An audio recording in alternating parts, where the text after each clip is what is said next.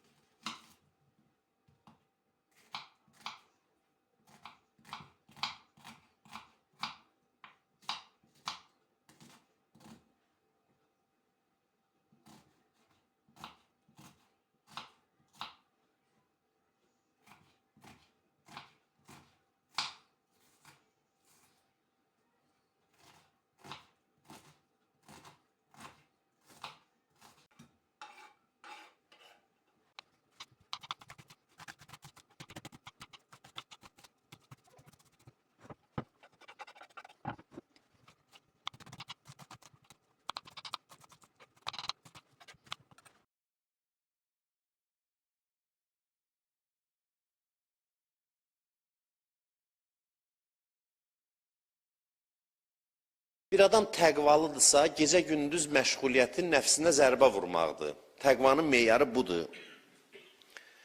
İnsanlar var, bu məsələdə gedir, elə bir yerə çatır, Seyid Mürtəza kimi dünyasını dəyişəndə deyir ki, mən bütün namazlarımı qəza eləyin, vəsiyyət eləyir. Hətta deyəsən bir məbləğ pul da ayırır ki, bu namazları qıldırın. Deyirlər, axı sizin kimi namaz halla, zövqlə, eşqlə namaz qılan ikinci adam tanımırıq biz. Deyir, elə ondan şübhələnirəm ki, birdən namazım da nəfsimin istəyi ilə olar. Namazı Allah üçün yox, aldığım zövq üçün qılaram, ləzzət üçün. Belə də insanlar var. Bu qədər ehtiyatlıdır nəfslə bağlı, bu qədər diqqətlidir nəfslə bağlı. İnsan gərək ayırt eləsin ki, bu aldığım ləzzət nəfsanidir ya mənəvidir. Bu çəkdiyim narahatlıq vicdan əzabıdır, yoxsa nəfsin çəkdiyi əziyyətdir. Təqva əsasında yaşamağın birinci şərti, hər an bu adam nəfsinin ziddinə gedir. Bu göstəricidir, təqva göstəricisidir. Xüsusi bir həyat tərzidir. Təqvallığın əsas prinsipi budur, əsas meyarı budur. İndiki zamanədə çətindir, çünki yerdən, göydən təlqin olunur ki, istədiyi elə. İstədiyi elə indiki zamanənin şuarıdır. Dünyaya hakim olan dəyərlərin mahiyyətidir ki, kefin nə istəyir onu elə. Belə bir zamanda dini mədəniyyət bunun əksini deyir. Deyir ki, bax gör nəyi istəmirsən. Sən yox, sən nəfsün. Sən çünki nəfsdən ibarət deyilsən, nəfsi əmmarədən. Təqva əsasında yaşayan insan əksini eləyir. Nəfsini bütün günü təftiş eləyir. Deyir, nəfsim nə istəyir, onun ziddinə gedim. Və ilk baxışdan, uzaqdan bu acı yaşayış kimi görsənə bilər. Acı görünə bilər. Amma mən sizə bir söz deyim ki, yeganə şirin həyat budur. Bundan başqa şirin həyat yoxdur. Bundan başqa ləzzətli həyat yoxdur. Bundan qeyri həyat acıdır. O insanlar ki, nəfsini özünə tanrı eləyib, əfərəytə mən ittəxəzə ilahəhu həva, gördünmü o şəxsi ki, öz nəfsani istəklərini özünə tanrı, Allah qərar verib, Quran belə adamlardan danışır. Bu insanlar əziyyət içində yaşayır. Bu insanlar şirin həyatdan əsər əlamətləri yoxdur. Bunlar ağrı, acı içində yaşayır. Uşaqlıqdan uşaqlarımızı bu ruhda tərbiyə eləyək ki, çətindir indiki zamanda deyəsən ki, mən belə istəyirəmlə yaşamam. Uşaq deyəndə ki, mənim ürəyim belə istəyirdi, bu pis bir şeydir ki, sən meyar, attığın addımda meyar budur ki, sən ürəyin nə istəyir. Bu meyar deyil. Ramazan ayı bizə bunu öyrədirdi bir ay. Niyə Ramazan ayında həyatımız şirin olur? Çünki Ramazan ayında bir ay nəfsimizin əksinə gedirdi. Onun istəklərinin əleyhinə gedirdi. O istədiyini ona vermirdi. Buna görə də biz görürsən ki, içdən bir zövq var idi həyata qarşı, xüsusi bir ləzzət var idi. Bunun çətinliyi var, bu cür yaşamağın, bəli. Yalandan deyək, yoxdur, yox, var bunun çətinliyi.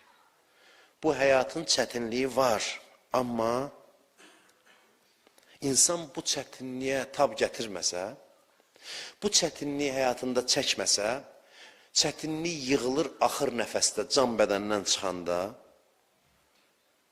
o ki, heç mübarizə aparmayıb nəfsi ilə. Bax, onun can verməyinə.